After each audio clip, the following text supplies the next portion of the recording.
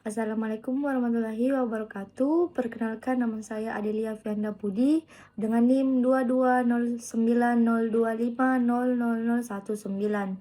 Saya dari kelas B, Prodi Pendidikan Akuntansi, Fakultas Ekonomi dan Bisnis, Universitas Negeri Makassar. Sebelumnya, terima kasih kepada dosen akhir mata kuliah perpajakan, Ibu Fajriani Aziz, SPD MSI. Di sini saya akan mengerjakan ulang ujian akhir semester dengan membawakan materi pajak penghasilan umum.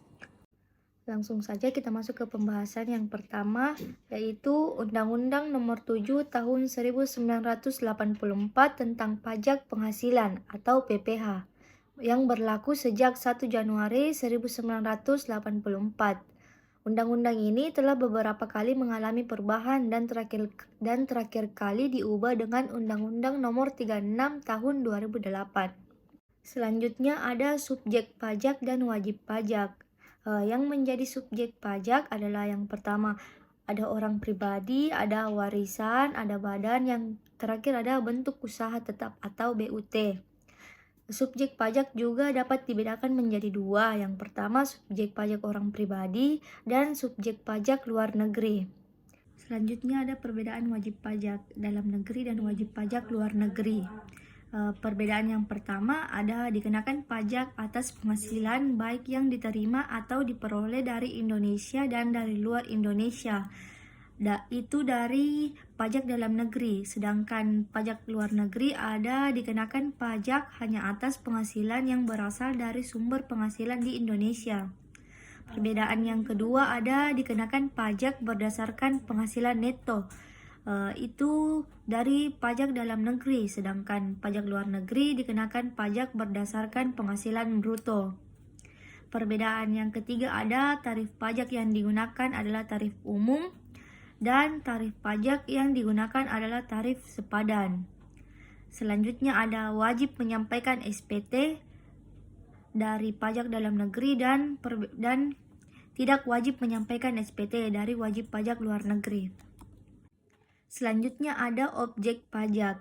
Yang menjadi objek pajak adalah penghasilan. Penghasilan yang dimaksud dalam perpajakan adalah setiap tambahan kemampuan ekonomis yang diterima atau diperoleh wajib pajak, baik yang berasal dari Indonesia maupun dari luar Indonesia, yang dapat dipakai untuk dikonsumsi atau untuk menambah kekayaan wajib pajak yang bersangkutan dengan nama dan dalam bentuk apapun. Adapun yang tidak termasuk subjek pajak, yang pertama itu kantor perwakilan negara asing, yang kedua pejabat perwakilan diplomatik dan konsulat, yang ketiga ada organisasi internasional, dan yang keempat ada pejabat perwakilan organisasi internasional. Selanjutnya yang tidak termasuk objek pajak. Yang pertama itu ada bantuan atau sumbangan, yang kedua ada warisan, yang ketiga ada pembayaran dari perusahaan asuransi kepada orang pribadi, dan yang terakhir ada penggantian atau imbalan sehubungan dengan pekerjaan atau jasa yang diterima. Selanjutnya dasar pengenaan pajak dan cara menghitung penghasilan kena pajak. Secara singkat, dasar pengenaan pajak dapat dirumuskan sebagai berikut. Yang pertama pada wajib pajak badan, yaitu penghasilan kena pajak sama dengan penghasilan neto. Yang kedua wajib pajak orang pribadi, yaitu penghasilan kena pajak sama dengan penghasilan neto dikurang PTKP. Selanjutnya cara menghitung penghasilan kena pajak. Penghitungan besarnya penghasilan neto bagi wajib pajak dalam negeri dan bentuk usaha tetap dapat dilakukan dengan dua cara, yaitu yang pertama menggunakan pembukuan dan yang kedua menggunakan norma perhitungan penghasilan neto.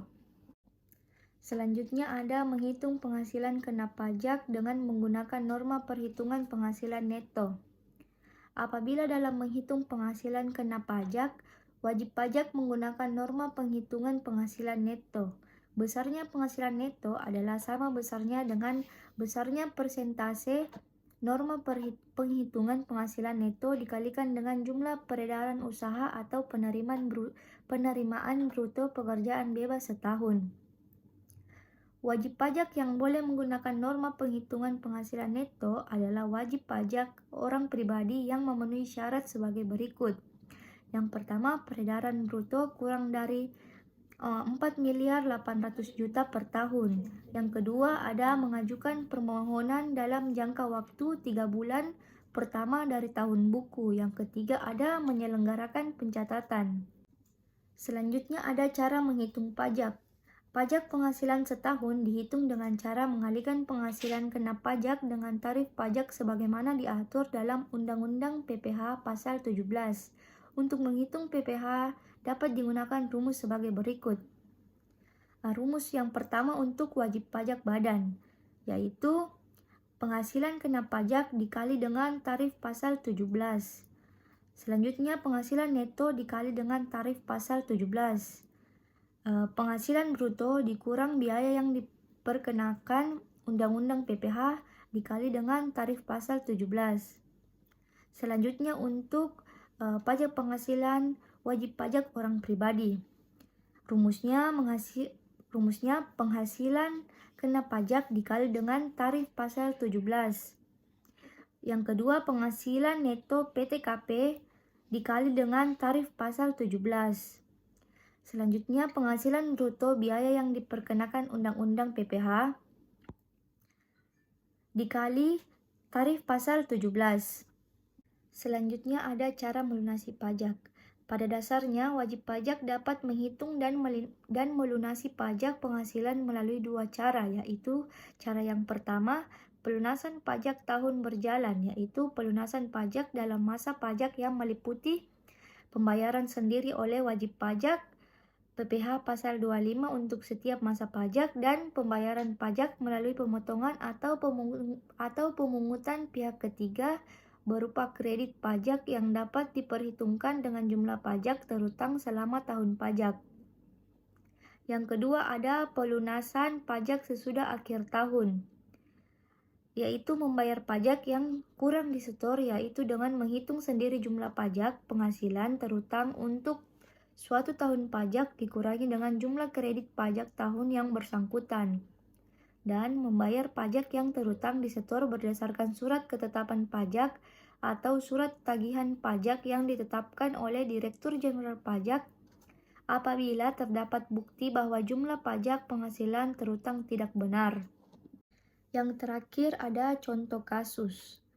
Peredaran bruto PT Makmur dalam tahun pajak 2016 sebesar 4.500.000.000 dengan penghasilan kena pajaknya sebesar 500 juta. Perhitungan pajak yang terutang. Seluruh penghasilan kena pajak yang diperoleh dari peredaran bruto tersebut diketahui tarifnya sebesar 50% dari tarif pajak penghasilan badan yang berlaku karena jumlah peredaran bruto PT Makmur tidak melebihi 4.800.000.000. Jadi pajak penghasilan yang terutangnya 50% dikali 25% dikali dengan 500 juta. Jadi hasilnya yaitu 62.500.000. Sekian dari saya. Apabila ada salah kata mohon dimaafkan. Wassalamualaikum warahmatullahi wabarakatuh.